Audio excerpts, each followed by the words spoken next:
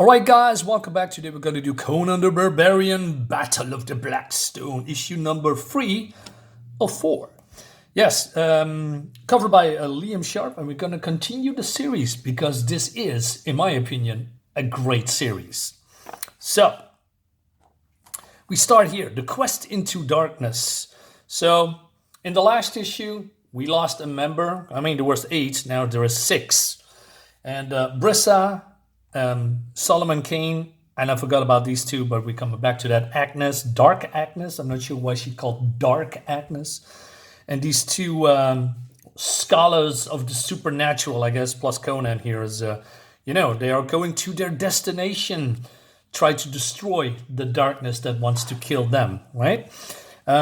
But it seems that Conan and Brissa are very happy to see each other because, according to Conan, she is falling into the abyss, probably a hole in issue number 4, and he thought she was dead, but now she's miraculous. That one is now here, and she says, "What happened to you?" She says, "I was someplace else, in a place of ever and never. I saw my mother's spirit. She bade me to finish what which began in the ancient past. The Blackstone beast, they stalk us across time, is terrifying. But if we find the source of corruption and destroy it, we can destroy the beast as well." But then Conan says, "And then what? Will you live once more or fade away like a ghost?" She do not know.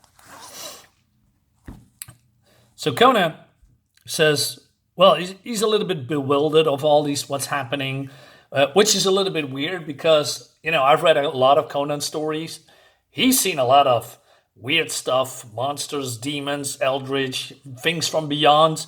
But now he says, when my grandfather spoke of distant lands and grand experience, never could I imagine such journeys as these. But he finds it memorable and glorious and tragic, right? And she praises him because you are older, your skin is more scarred, but you are still the man I knew, still burning bright. All right, I like that, but him saying that, I mean, he's seen a lot of things. So anyway, and it's not a young Conan, right?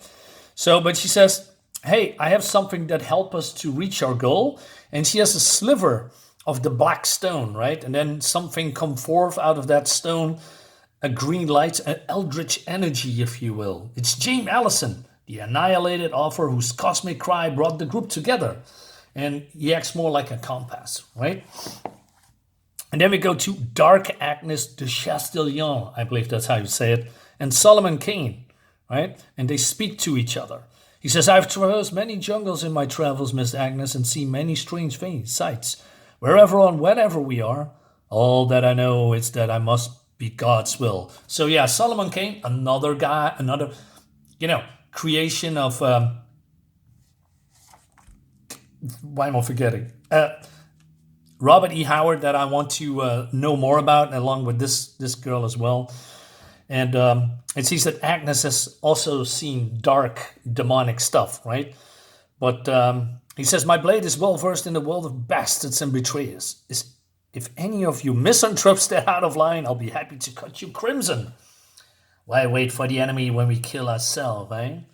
And he also speaks French to her, and she's a little bit surprised that he can speak French. And she wishes that she was on the road to Grenoble again. He says, "Near the French Alps?" "Yes." Well, he says, "I was there in 5074. Well, that's impossible. The year it's only 1522, right? So they've been thrown across time to this place, right?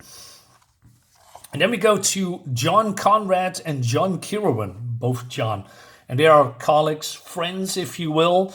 And Conrad here has, a little trouble to digest what's happening because he's trying to, write it all down, but it's just too much and too weird and just too crazy. And he asked John Kirwan why he doesn't, as a man of letters, maybe that's how you say it, that he doesn't write it all down. But John is a more, sober, and probably that's not the right word, but more like a man that thinks, well, how do we know we're gonna survive?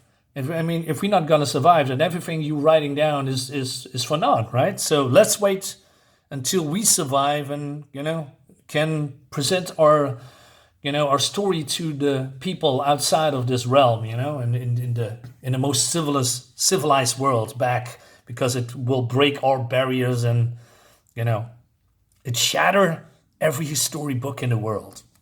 All right, and this is what I really like. This is I think, well, it's not really an old school panel, but a page that all blends different panels together, like it's one page, one story, one journey.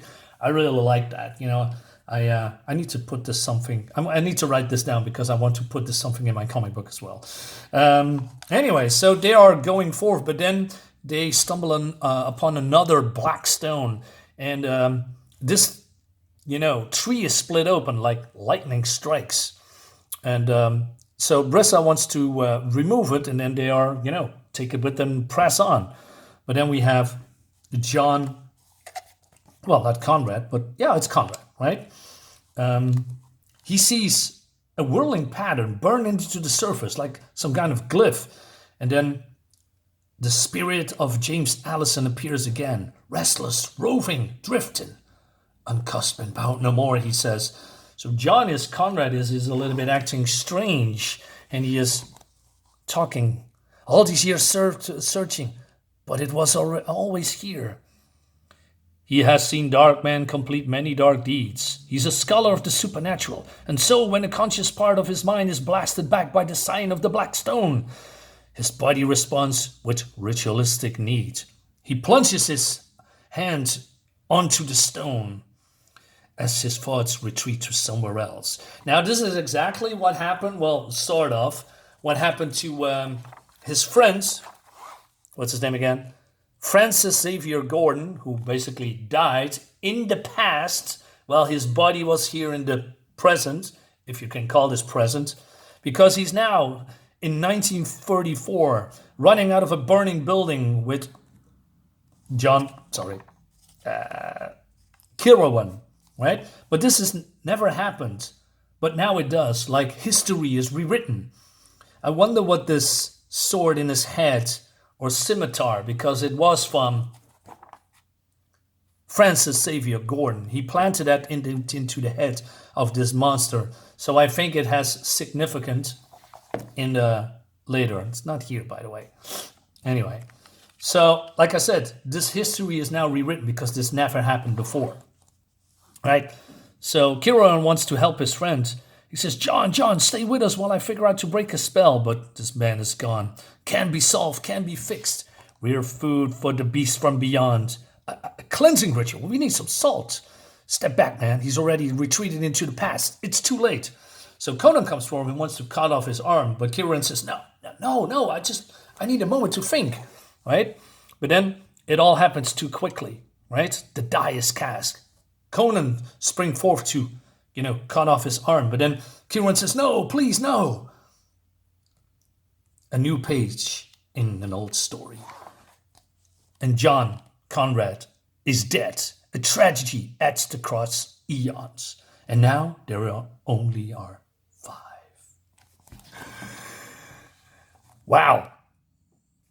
Solomon Kane is mad. He says, you savage, will you see us murder before we even reach the enemy? And he accuses her, because he thinks he's in league with the devil, right? And, having them sacrificing to the Lord of the Pit. His name is Brissa, dog, and you will back down or I'll beat you bloody. Kieran is mourning for his friend.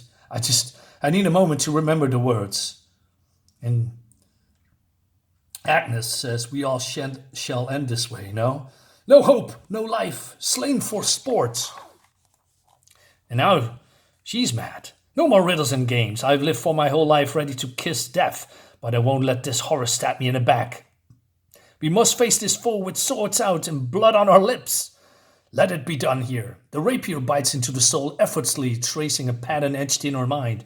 Brissa says, no, you will bring the beast to us. Suicide. But it's too late.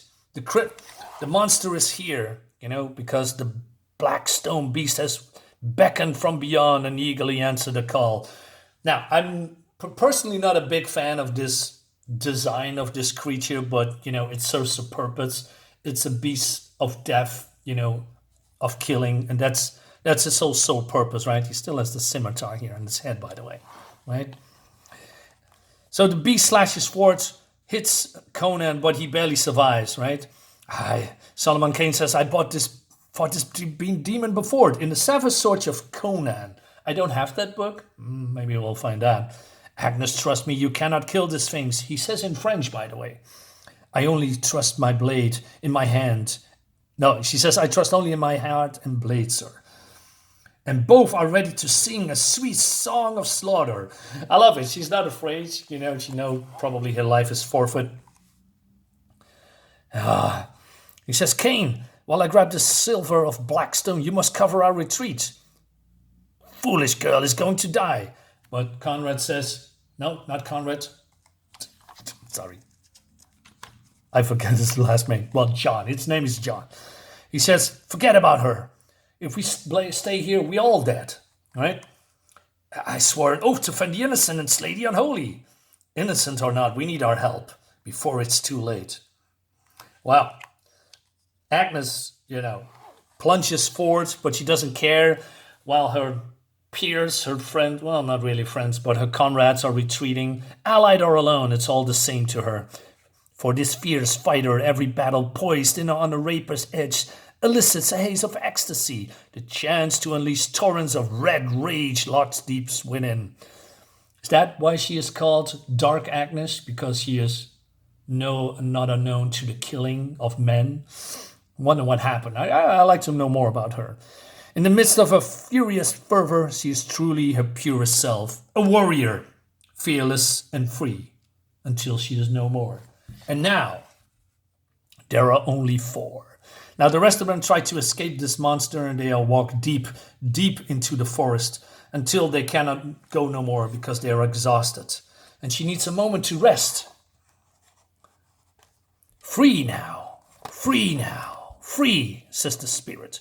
Brisson, the Cimmerian, is he gone? Wait, what? There's only one issue left. He cannot be gone. But maybe he is. Well, we're going to find out in the next issue of Conan the Barbarian, Battle of the Black Stone, issue number 4. We have these covers here. I have the 4th one as well. So, yeah, very enjoyable, very exciting. I like that.